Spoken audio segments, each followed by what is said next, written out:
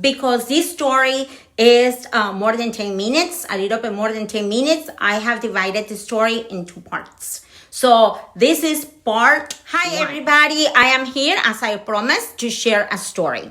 This story is about hospital inaptitude, medical neglect. And this is a story that I'm going to share with you guys because I want that you be aware of what is happening, what's going on in hospitals, at the ER. And the next time that you have to be there for whatever reason, you fight back the system. So this time around, it was around midnight, and has Jeffrey situation has already passed a year and a month, something like that. So we ended at the ER of Herman Memorial at Woodlands location in Texas.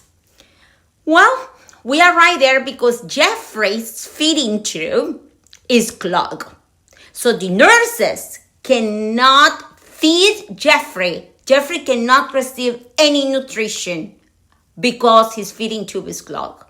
Jeffrey cannot receive the daily requirement of hydration and water that he needs, like you and I, to survive in first place, for his organs to be healthy, for his brain, to be healthy. And Jeffrey requires hydration for his kidneys. So we know that his kidneys are always safe. So also through the feeding tube, Jeffrey receives all his medication. So imagine you and I that our mouth gets sore and we cannot open it. And there's no other way that we can receive hydration, liquid water, nutrition, and if we require medication, we have diabetes, whatever that it is, cardiac issues, we cannot receive medication either because our mouth is closed. So the feeding tube of Jeffrey was clogged. This was the issue. So I arrived there, and the head of the ER at Herman Memorial, Woodland, Texas, comes to the room to check Jeffrey. I explained to him what I just explained to you. And I said, Jeffrey needs to be admitted immediately because the feeding tube needs to be changed. If not, Jeffrey is going to die.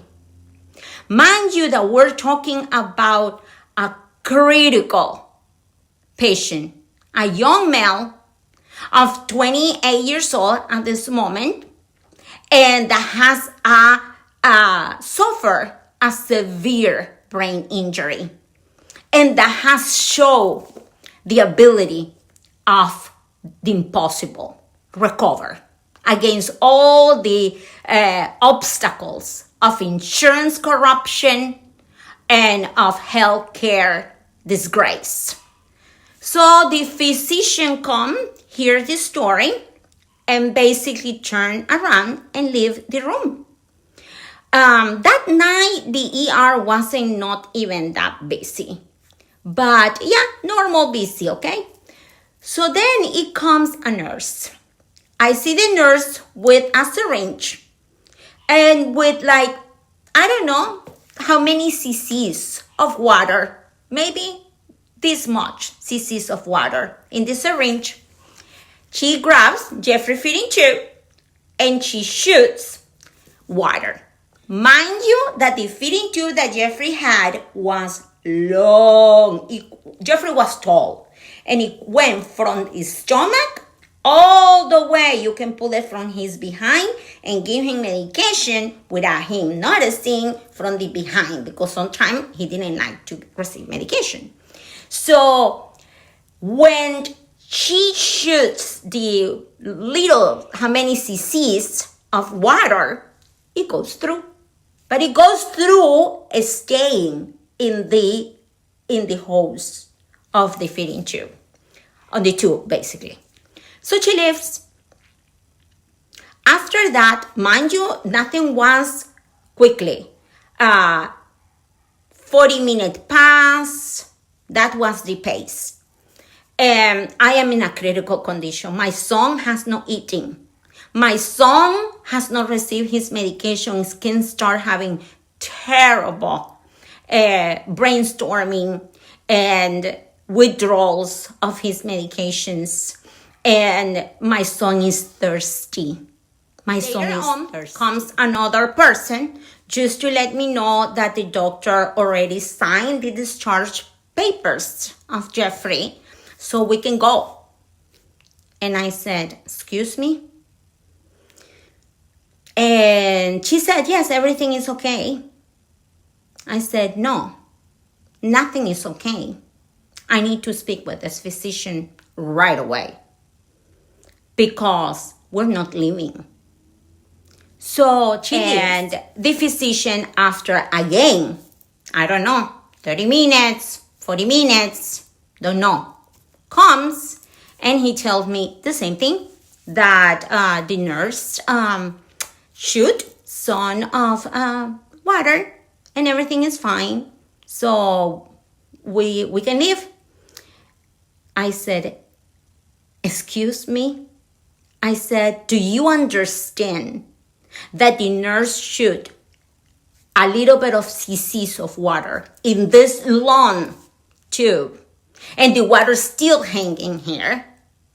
I came here because we are at Nexus Neuro Recovery Center in Conroe, and the nurses, the specialist nurses from over there, cannot feed Jeffrey, cannot give Jeffrey his medications, cannot do anything for him, including water, cannot give him water. My son is suffering of thirst and hunger, and soon is going to start having withdrawals for lack of his medications. Do you understand that it's critical that he can die and that the feeding tube is not okay? Do you think that is fun to come to an ER at midnight in these conditions with my son? No, he said, everything is fine, and so I'm going to do the discharge. So what you can do is just make an appointment with a gastroenterologist with him so you can start doing whatever, that he recommend. I said, I'm going to make an appointment with a gastrologist. Do you know how long it's going to take me to make an appointment for a gastrologist with Jeffrey? How long, as a physician, you think that Jeffrey can live without hydration? Because, mind you, at this moment, they have not even think for 1 second as a procedure to put an IV on my son. And so he said, I'm sorry, that's, I cannot admit it. I said, you have gastroenterologists on call, on payroll in this hospital. And you're going to tell me that I need to leave to look for one and wait for an appointment in these conditions. And he basically could care less what I was saying, and he left. Follow the next video that is part 2 of this story. Thank you. Bye.